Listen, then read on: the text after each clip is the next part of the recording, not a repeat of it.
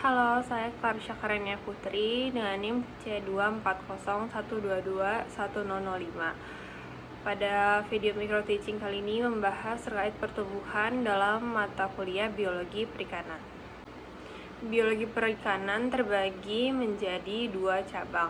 Yang pertama ada natural history dan yang kedua adalah dinamika populasi.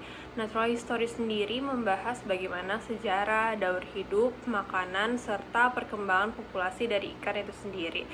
Sedangkan yang kedua, dinamika populasi itu membahas terkait populasi ikan yang pasti, tentang pertumbuhan, mortalitas, rekrutmen, stok, dan juga lain-lainnya. Lalu buat apa sih kita belajar mengenai pengamatan pertumbuhan dari ikan?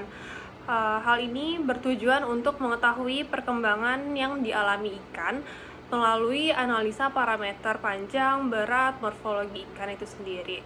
Kemudian kita juga memprediksi bagaimana pola pertumbuhan ikan, faktor kondisi, serta kelompok umur dari ikan itu sendiri. Pembahasan selanjutnya adalah mengenai pertumbuhan populasi ikan itu sendiri. Apa sih pertumbuhan populasi? Yaitu penambahan atau penurunan populasi dalam satu satuan waktu. Maksudnya adalah penambahan ini dipengaruhi oleh kelahiran dan kematian serta migrasi ikan. Jadi ada ikan yang memang seharusnya hidup di perairan air tawar, namun dia melakukan pemijahan hingga ke wilayah perairan laut. Jadi pertumbuhan populasi ini juga dipengaruhi oleh migrasi ikan itu sendiri. Dalam praktikum biologi perikanan pada minggu ini adalah belajar mengenai morfologi ikan lebih dalam, yaitu dengan membedah ikan.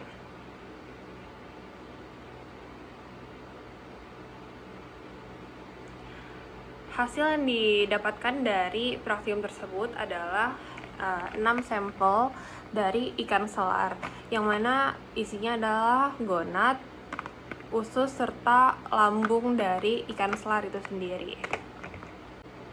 Selain itu, dalam praktikum ini juga belajar mengenai bagaimana cara penggunaan alat-alat bedah dalam mengeksekusi ikan untuk dianalisa atau diidentifikasi organ dalamnya, dan juga diajari tentang bagaimana cara memilah atau memilih ikan yang kondisinya segar dan layak untuk dikonsumsi.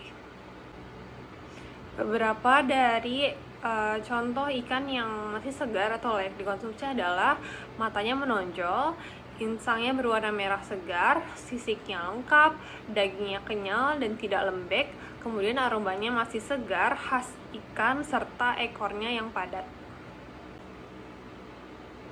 Lalu capaian pembelajaran yang didapatkan dari praktikum kali ini adalah mengenai prosedur praktikum yang dilakukan secara sistematis dan struktural. Yang pertama dengan menyiapkan alat bedah yang termasuk dalam alat dan bahan, kemudian menyiapkan ikan segar, lalu dikeringkan terlebih dahulu sebelum diukur panjang serta bobot ikan itu sendiri.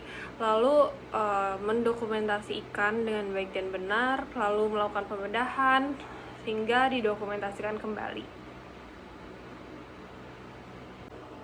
Biota uji atau spesimen yang akan diteliti lebih jauh di laboratorium sebaiknya diawetkan menggunakan bahan pengawet yang tepat dan disimpan di tempat yang aman. Bahan pengawet yang biasa digunakan adalah formalin dengan konsentrasi 4-10%. Kemudian penyimpanan spesimen awetan ini memerlukan waktu yang cukup lama dan sebaiknya diawetkan menggunakan alkohol.